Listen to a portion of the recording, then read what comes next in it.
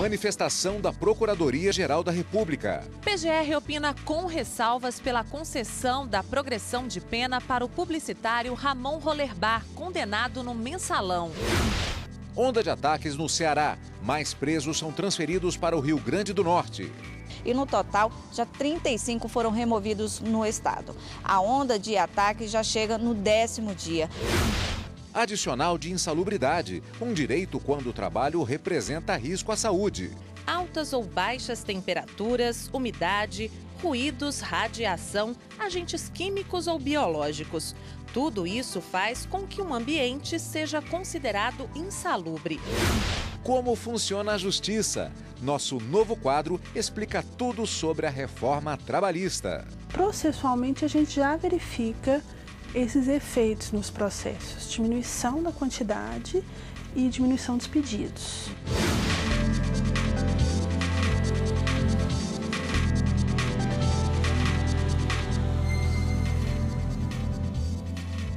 Olá, boa tarde. A Procuradoria-Geral da República opinou com ressalvas pela concessão da progressão de pena para o publicitário Ramon Rollerbach, condenado no Mensalão. Quem traz mais detalhes para a gente a respeito deste caso, ao vivo, é a repórter Roberta Nunes, com quem nós conversamos agora. Boa tarde, Roberta. Boa tarde, Cadu. Boa tarde a todos. A Procuradora-Geral da República, Raquel Dodge, opinou perante o Supremo Tribunal Federal referente à concessão da progressão de pena de regime semiaberto para o regime aberto ao publicitário Ramon Rollerbach Cardoso. Ele foi condenado pelos crimes de peculato, corrupção ativa, lavagem de dinheiro e evasão de divisas há mais de 27 anos, além de multa no julgamento do Mensalão. Para a PGR, ele tem direito, preenche os requisitos necessários à progressão de pena previstos na Lei de Execução Penal. Mas a procuradora pede que a defesa esclareça a impossibilidade do pagamento parcelado da multa, a transferência de imóvel envolvendo o condenado e também a utilização de valores bloqueados. Cadu. Obrigado, Roberta. Roberta Nunes, ao vivo, Jornal da Justiça, primeira edição. E a Procuradora-Geral da República, Raquel Dodge, também defende investigação conjunta do ex-presidente da República, Michel Temer, e dos ex-ministros Moreira Franco e Eliseu Padilha, em caso que apura recebimento de 14 milhões de reais em vantagens indevidas da Odebrecht. Eles são investigados no inquérito aberto a partir de informações fornecidas em colaboração premiada por executivos da construtora. A manifestação foi enviada ao Supremo Tribunal Federal em agravo regimental interposto pela defesa de Moreira Franco contra a decisão do ministro Edson Fachin, relator do caso, em novembro do ano passado, que suspendeu temporariamente o trâmite do processo em relação a Temer até o término do mandato de presidente. Nas contrarrazões, Raquel Dodge destacou que não há mais qualquer utilidade prática, uma vez que o mandato presidencial de Michel Temer se encerrou em 1º de janeiro. Violência no Ceará. Já foram registrados 172 ataques em todo o estado.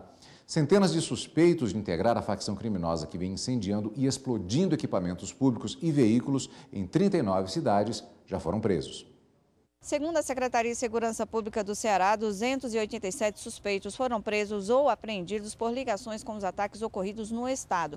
15 presos foram transferidos para a penitenciária de Mossoró, no Rio Grande do Norte, e no total 35 já foram removidos do estado. A onda de ataques já chega no 10º dia.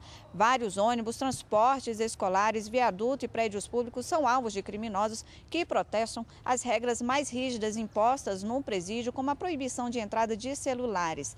Ontem, criminosos explodiram um viaduto na capital, Fortaleza. Policiais militares e o Corpo de Bombeiro interditaram o local até a chegada do Grupo de Ações Táticas Especiais, após ser constatado um outro artefato explosivo no local. De acordo com o secretário de Segurança do Ceará, André Costa, a onda de ataques criminosos que começou no dia 2 de janeiro foi causada pela nomeação do novo secretário de Administração Penitenciária do Estado, Luiz Mauro Albuquerque. Segundo ele, a reação é porque, abre aspas, a criminalidade já conhecia o trabalho, fecha aspas, do novo gestor da pasta que administra os pedidos, do tempo em que ele atuava no Rio Grande do Norte. No Pará, moradores de uma cidade do interior viveram uma madrugada de pânico nesta sexta-feira. Criminosos fortemente armados atacaram lojas, agências bancárias, um quartel da Polícia Militar e uma delegacia. Os vídeos foram feitos por moradores poucos minutos após os ataques no município de Rondon do Pará, no sudeste do estado. Neste, a moradora mostra a vitrine de uma loja de roupas destruída pelos explosivos. Acabou com a loja todinha. Meu Deus do céu, destruiu a loja. Os ataques também se espalharam por outros pontos da cidade. Este outro vídeo, feito por uma moradora, mostra uma agência bancária completamente destruída. No total, 6 bancos foram alvos dos bandidos. Gente, é destruição total. Para impedir a entrada dos policiais na cidade, os bandidos espalharam grampos de ferro nas rodovias de acesso ao município. De acordo com as primeiras informações obtidas pela polícia, o ataque começou por volta das 2 horas da manhã. Cerca de 20 criminosos armados com fuzis e granadas participaram da ação. Além das explosões, os bandidos também fizeram reféns, que foram libertados em estradas na zona rural do município. O valor do dinheiro levado ainda não foi calculado. Uma equipe da Divisão de Repressão ao Crime Organizado vai investigar o caso. E a seguir, quem tem direito ao adicional de insalubridade, que pode chegar até 40% do salário. Técnico em radiologia, bombeiro, enfermeiro, químico, são algumas das profissões que têm direito ao adicional de insalubridade.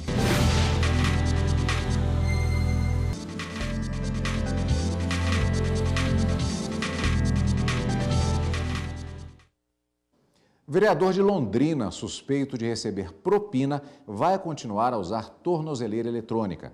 A decisão é do presidente do Superior Tribunal de Justiça, ministro João Otávio de Noronha. Para o presidente do STJ, não houve comprovação de constrangimento ilegal ou abuso de poder que justificasse o deferimento da liminar para dispensar o uso da tornozeleira eletrônica. Em janeiro de 2018, o juízo de primeiro grau determinou o monitoramento do vereador afastado Mário Takahashi pelo prazo de 90 dias. Após o período, o Ministério Público requereu a prorrogação da medida, mas o pedido não foi aceito.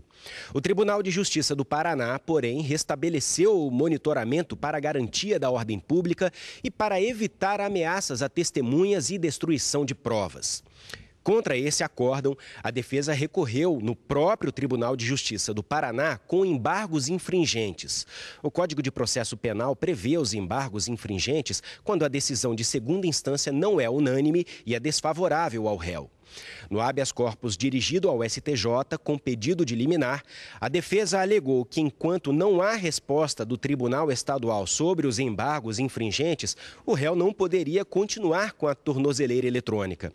O presidente do STJ, ministro João Otávio de Noronha, destacou que o argumento seria válido se o cumprimento da pena estivesse sendo antecipado ilegalmente, mas, no caso, o uso da tornozeleira configura apenas uma medida cautelar necessária ao andamento da ação penal. O mérito do habeas corpus ainda será analisado pela 5ª turma, sob relatoria do ministro Ribeiro Dantas. E a 25ª Câmara de Direito Privado do Tribunal de Justiça de São Paulo manteve decisão que condenou o motorista ao pagamento de indenização no valor de R$100 mil por danos morais à mãe de homem atropelado e morto por ele. O motorista estava embriagado e não respeitou a sinalização de trânsito quando atingiu o filho da diarista, que estava em uma motocicleta. Com o impacto, houve danos nos veículos e ferimentos no motociclista, que foi internado em estado grave, mas não resistiu às lesões. Todos que colocam em risco a saúde em ambiente de trabalho têm direito ao adicional de insalubridade, que pode variar de 10% a 40% do salário. Veja quais são as profissões mais insalubres e como ter esse benefício. Altas ou baixas temperaturas, umidade, ruídos, radiação, agentes químicos ou biológicos. Tudo isso faz com que um ambiente seja considerado insalubre.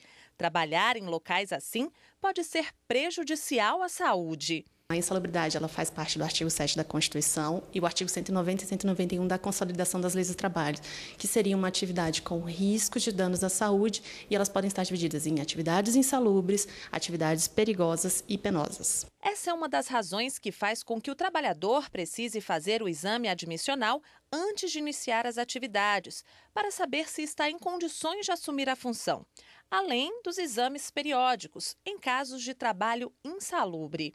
Os exames periódicos, eles normalmente seguem uma regra, normalmente de semestrais, anuais ou bienais, dependendo do agente que ele esteja exposto e do grau de insalubridade que ele possa estar exposto também.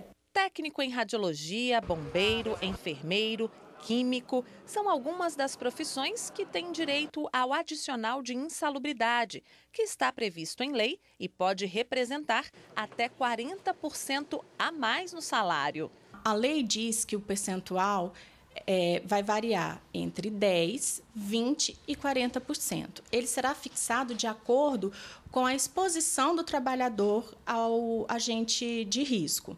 Mas, para ter esse direito reconhecido, é preciso atender os critérios estabelecidos pela lei. Não basta alegar que a atividade é insalubre.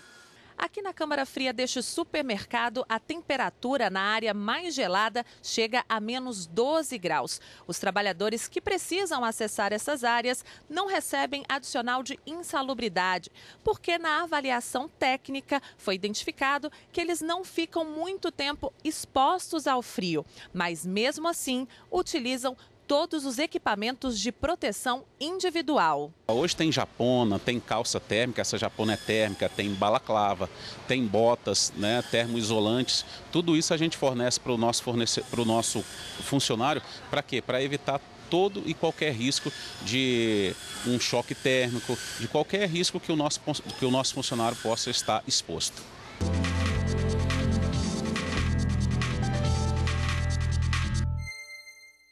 E para falar mais sobre este assunto, recebemos aqui nos estúdios da TV Justiça a presidente da Associação Brasileira dos Advogados Trabalhistas, doutora Alexandra Camarano, a quem mais uma vez eu agradeço pela presença aqui nos nossos estúdios. Boa tarde, doutora. É uma honra estar aqui com vocês para esse diálogo mais uma vez. Sempre recebendo muito bem aqui, procurando recebê-la bem para falar sobre esses assuntos. Muito bem.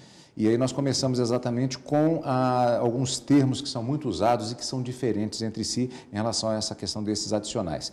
Insalubridade e periculosidade, que são os termos mais conhecidos. Qual a diferença? A insalubridade é quando o exercício profissional dentro do ambiente de trabalho ele causa um dano à saúde do trabalhador.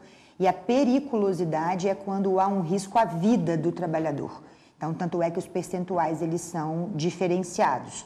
A insalubridade, o percentual é em cima do salário mínimo e a periculosidade é em cima do salário nominal do trabalhador. Isso está na CLT? Isso está na CLT, isso está na CLT regulamentado. Existe uma expressão também que ela é um pouco menos conhecida e que não está na CLT, que é penosidade. Já é uma situação diferente, seria em relação aos contratos coletivos de trabalho?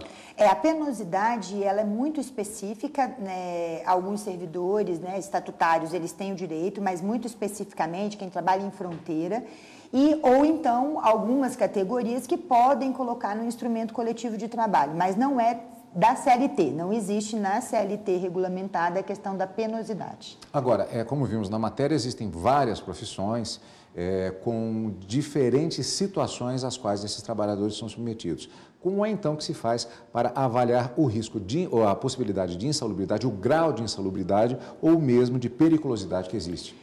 A periculosidade não precisa de ser aferido o grau. A periculosidade é fixado um percentual de 30% sobre o salário nominal da pessoa quando ela trabalha dentro de uma atividade de risco à vida. A insalubridade é que precisa de um laudo técnico e de uma aferição para verificar a existência do risco à saúde e também qual que é o percentual que ele se enquadra, mínimo, médio ou máximo. Mínimo 10%, médio 20% e máximo 40%. Isso tem previsão na norma regulamentar do Ministério do Trabalho, na NR15, e também deve ser feita através de laudos técnicos aferidos ou pelo médico, engenheiro de segurança do trabalho, entendeu? Dentro das empresas. Através de laudos técnicos é que se afere a existência da insalubridade e qual que é o grau da insalubridade. Existe um grau de aceitação, de aceitabilidade em relação aos riscos que um trabalhador ele pode se submeter.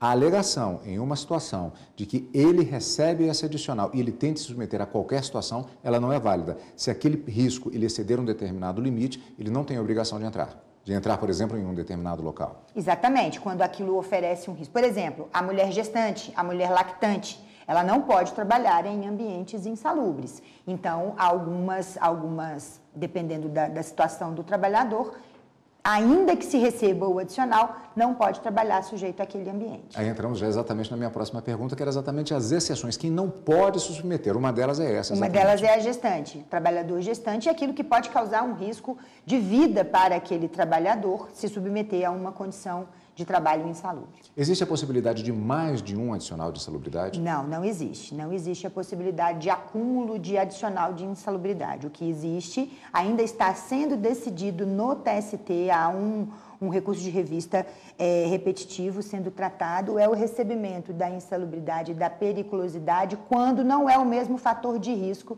dentro da empresa. Mas ainda não existe decisão firmada em relação a isso, mas 2 adicionais de insalubridade não. Doença de trabalho pode caracterizar uma situação de insalubridade?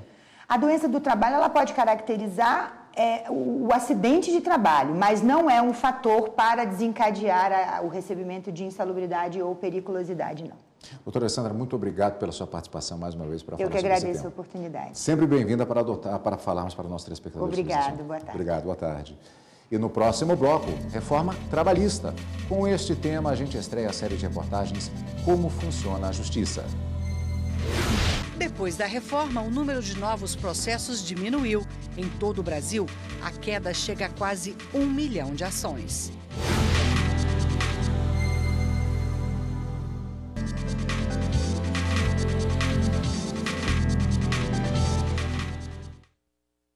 Advogado acusado de fornecer drogas e telefones celulares para os clientes na prisão teve habeas corpus negado pela Justiça de Santa Catarina.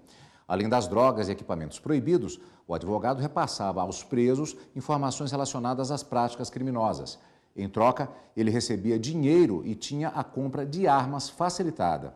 Para a corte que negou o habeas corpus, o comportamento do advogado é de alta periculosidade, o que provoca instabilidade nos presídios e na segurança pública do Estado. As redes sociais amplificaram o poder de alcance das informações e da fofoca também, até no ambiente de trabalho. Presente no nosso dia a dia, muitas vezes esse costume causa sérios prejuízos a quem se vê envolvido. Mas é possível escapar desse disse-me-disse? Veja nessa reportagem como se proteger dela, a fofoca no ambiente de trabalho. A fofoca está presente no nosso dia a dia. É difícil escapar dela, principalmente no ambiente de trabalho. É um comentário aqui, um cochicho ali, uma rodinha de conversa e logo a notícia se espalha. Eu gosto de fofocar. A fofoca ela é salutar no ambiente de trabalho, porque ela também não é só uma fofoca negativa. Ela é também positiva. E dado o fato de que, muitas das vezes, a convivência entre os colegas no ambiente de trabalho é muito maior, até mesmo do que com seus familiares, próprios familiares, a gente precisa conhecer da vida de cada um pouco. Sim, acho que todo mundo gosta, né? Alguns comentários para saber o que está acontecendo, né? Dentro do ambiente de trabalho. Sempre tem o Rádio Peão, que se traz as notícias do dia a dia. E não pensem que fofocar é coisa só de mulher. Rapaz, eu me entroso na galera e vou fofocar também. Hoje tem homem que é mais fofoqueiro que mulher, na verdade, né? Valdemir conta que já foi vítima de comentários maldosos e não achou nada bom. A gente se sente ruim na hora, né? Mas depois a gente passa, né? A gente acaba esquecendo, né? É, mas os linguarudos que se cuidem, porque dependendo da fofoca, a situação pode parar na justiça. Há pouco tempo, o Judiciário Trabalhista condenou uma empresa a pagar R$5 mil porque o supervisor espalhou que a funcionária havia sido agredida pelo marido. Em outro caso, em Rondônia, no norte do país, a empregada foi demitida por justa causa porque divulgou pelo WhatsApp que o chefe traía a mulher com outra funcionária. A fofoca, ela gera prejuízo para ambas as partes. Se formos olhar pelo viés do empregador em que surge a fofoca, existem situações que geram indenizações a serem pagas pelo empregador ao empregado. Segundo essa especialista em gestão de pessoas, é necessário ter muito cuidado com os comentários nas redes sociais, porque eles podem ganhar uma repercussão que ninguém imagina. Os gestores também precisam ficar em alerta para evitar que os boatos prejudiquem a imagem do empregado e da própria empresa. Fofoca, geralmente, é sobre a vida íntima de cada um de nós. Então, assim, você vai compartilhar com quem? Essa pessoa é uma pessoa que, às vezes, conversa muito, é uma pessoa que ela fala de outras pessoas para você. Eu acho que é uma coisa lógica, né?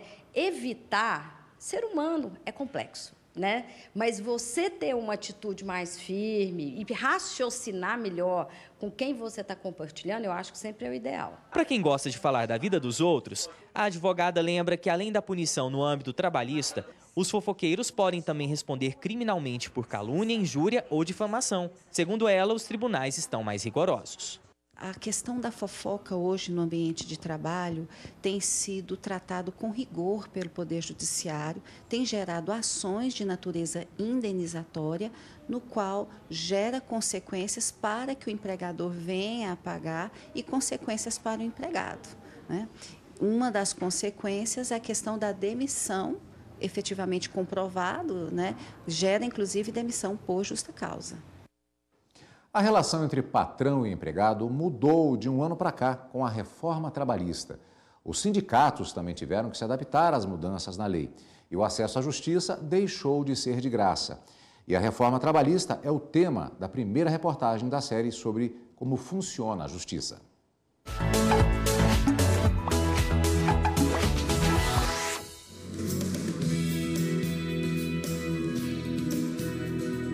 Na noite de 27 de agosto de 2017, eu estava trabalhando normalmente, quando pela madrugada chegou um representante da empresa com um aviso prévio. A reforma completou um ano em novembro de 2018. Agora, empresa e empregado podem rescindir o contrato de trabalho por comum acordo. Esta prática já existia de maneira informal, mas agora está na lei. No acordo, o trabalhador recebe metade do aviso prévio e da multa rescisória, além de 80% do FGTS. Ele não tem direito ao seguro-desemprego. Danilo é presidente de uma empresa de tecnologia da informação com mais de 300 funcionários em São Paulo e Brasília. Para ele, o acordo trouxe benefício para os dois lados. Eu não preciso mais ou estar demitindo e a pessoa e pagar uma multa muito alta de FGTS ou a pessoa pedir demissão e não ter direito a retirar o FGTS. Tem um acordo aí que você pode fazer que eu acho que fica bom para as duas partes. Então isso eu acho que foi uma coisa positiva. Outra mudança, o trabalhador pode dividir as férias em 3 períodos, um com no mínimo 14 dias. Os outros não podem ser menores do que 5 dias. A reforma criou o trabalho intermitente. O empregado é chamado quando a empresa precisa e ele só recebe pelo período que prestou o serviço. A reforma também acabou com a justiça gratuita para o trabalhador. Se ele perder a ação, tem que pagar as custas do processo, equivalente a 2% do valor da causa. Essa pessoa que não tem condição de pagar, ela fica entre a cruz e a espada. Será que eu entro e corro risco de, por uma questão processual, por falta de uma testemunha e tudo, eu ser condenado e ainda ter que pagar alguma coisa, né?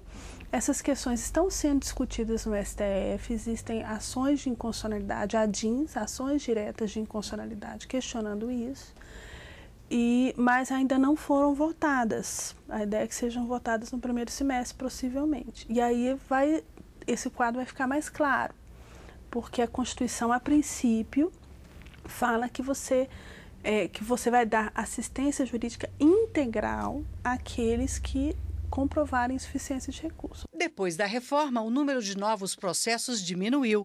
Em todo o Brasil, a queda chega a quase 1 milhão de ações. Processualmente, a gente já verifica esses efeitos nos processos. Diminuição da quantidade e diminuição dos pedidos. Agora, quanto aos efeitos materiais, os efeitos lá da relação de trabalho, aos poucos é que eles estão chegando para a gente. Agora, a gente percebe de algumas notícias, né? Assim, casos de empresas despedindo contratos, né, trabalhadores de contratos normais, substituindo por contratos de trabalho intermitente, que são contratos mais precários. As mudanças na lei também atingiram os sindicatos. Eles deixaram de receber a contribuição obrigatória. Agora, a opção é do trabalhador. Os sindicatos hoje, a confederação, as federações, elas estão, infelizmente, tendo que demitir alguns funcionários, tendo que reduzir algumas estruturas. Você atinge muito gravemente os trabalhadores, porque o seu sindicato está sendo desmantelado, entendeu? Mas nós queremos dizer que quanto mais assim, a gente é afetado, a organização dos trabalhadores é afetada, mais a gente está arrumando estratégia, jeito para atender essas demandas e para não deixar os trabalhadores perderem direito.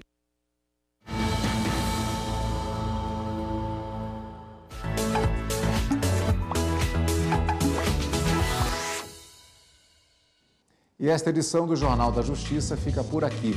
A gente volta a se encontrar na segunda-feira. Um excelente final de semana para você. Até lá.